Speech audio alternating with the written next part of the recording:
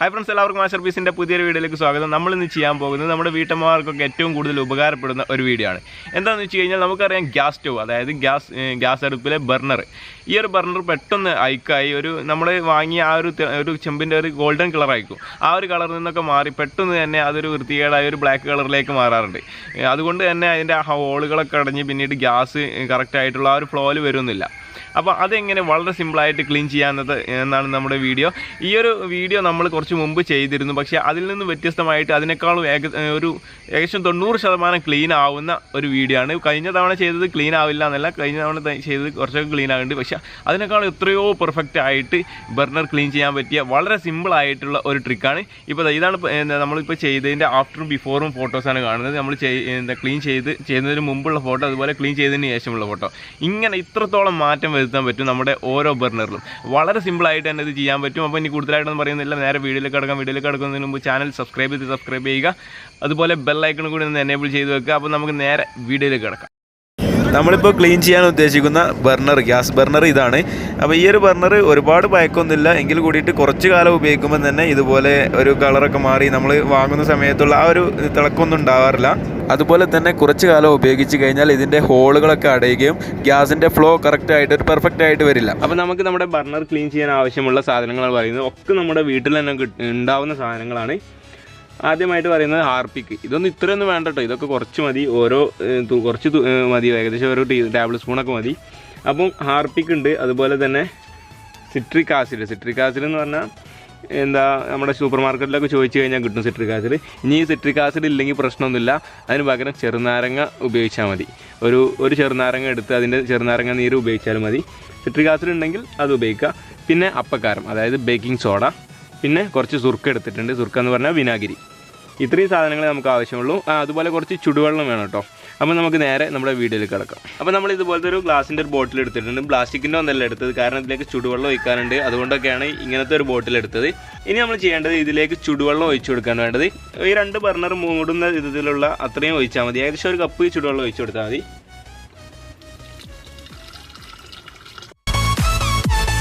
അപ്പോൾ ഇനി നമുക്ക് ഇതിലേക്ക് നമ്മുടെ ക്ലീൻ ചെയ്യാനുള്ള ബർണർ ഇട്ട് കൊടുക്കാം.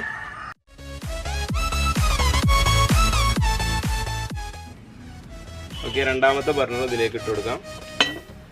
ഇനി നമുക്ക് ഇതിലേക്ക് ഒരു 1/2 കപ്പ് വിനാഗിരി, അതായത് സുർക്ക ഒഴിച്ചു കൊടുക്കാം.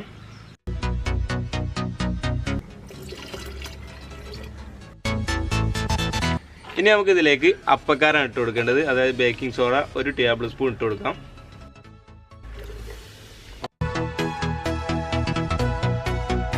അതിനുശേഷം നമ്മൾ ഉപയോഗിക്കുന്നത് ഇതിലേക്ക് ഹാർപ്പിക്കാണ്. ഹാർപ്പിക്ക് കുറച്ച് ഇതിലേക്ക് ഇട്ടിച്ചു കൊടുക്കാം.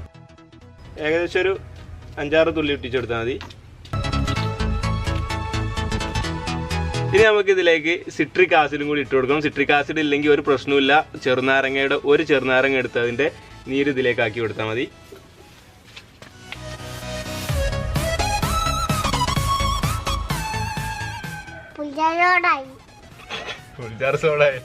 ഓക്കെ, അപ്പോൾ ക്ലീൻ ആയിട്ട് നല്ലൊരു റിയാക്ഷൻ തന്നെ നടക്കുന്നുണ്ട് കേട്ടോ. പ്ലാസ്റ്റിക്കിൻ്റെ ഉപയോഗിക്കരുത് കേട്ടോ, അതൊക്കെ ഇങ്ങനെ നടക്കില്ല.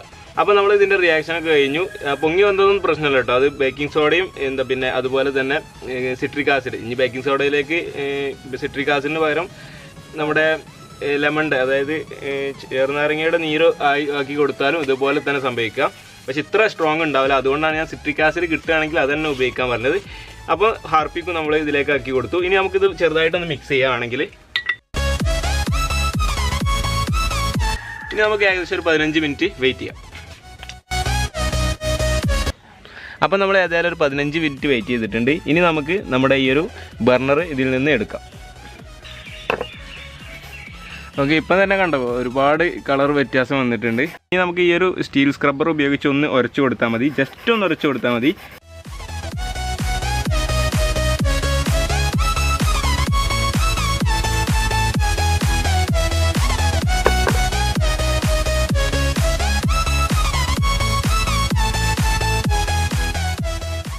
അപ്പോൾ ഇനി നമുക്ക് വെള്ളം ഉപയോഗിച്ചൊന്ന് കഴുകാം.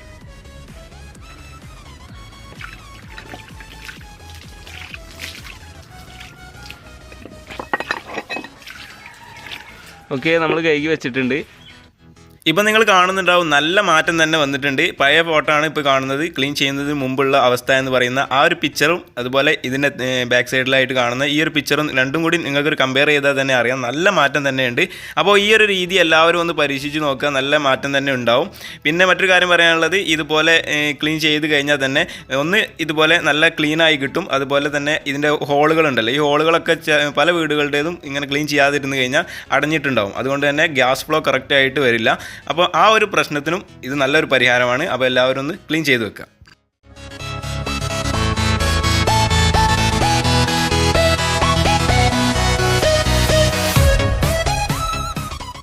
അപ്പോൾ എല്ലാവർക്കും ഇന്നത്തെ വീഡിയോ ഇഷ്ടപ്പെട്ട് കാണുമെന്ന് പ്രതീക്ഷിക്കുന്നു. നിങ്ങൾക്ക് തന്നെ വളരെ സിമ്പിളായിട്ട് ചെയ്യാൻ പറ്റിയ ഒരു രീതിയാണ്. അത് മാത്രമല്ല വളരെയധികം എഫക്റ്റീവ് ആയിട്ടുള്ള ഒരു രീതിയും കൂടിയാണ്. എല്ലാവരും ഒന്ന് ചെയ്ത് നോക്കുക, ഒന്ന് പരീക്ഷിച്ച് നോക്കുക. അതുപോലെ തന്നെ ഈ വീഡിയോ മറ്റുള്ളവർക്ക് ഉപകാരപ്പെടുമെന്ന് തോന്നുന്നെങ്കിൽ വീഡിയോ ഒന്ന് ഷെയർ ചെയ്യുക.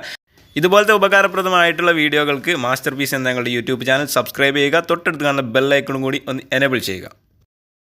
അപ്പോൾ വീഡിയോ എല്ലാവരും ക്ലോസ് ചെയ്തിട്ടുണ്ടാവില്ല എന്ന് വിചാരിക്കുന്നു. ഒരു കാര്യം കൂടി, പ്രധാനപ്പെട്ട ഒരു കാര്യം കൂടി പറയാനുള്ളത്, ഞങ്ങളിപ്പോൾ ഉള്ളത് സിംഗപ്പൂരാണ്. വാവുണ്ട്, ഞാനുണ്ട്, പിന്നെ നമ്മുടെ സാധിക്കുന്നുണ്ട്. അപ്പോൾ ഈ വീഡിയോയുടെ കൂട്ടത്തിൽ ഇത് പറയുന്നത് എന്താ വെച്ച് കഴിഞ്ഞാൽ, മാസ്റ്റർ പീസ് വ്ളോഗിൽ നമ്മുടെ ട്രാവൽ വീഡിയോസ് കുറച്ച് വീഡിയോസൊക്കെ വന്നു. അജ്മീർ, അതുപോലെ ആഗ്ര, ഡൽഹിയൊക്കെ വന്നു കഴിഞ്ഞു.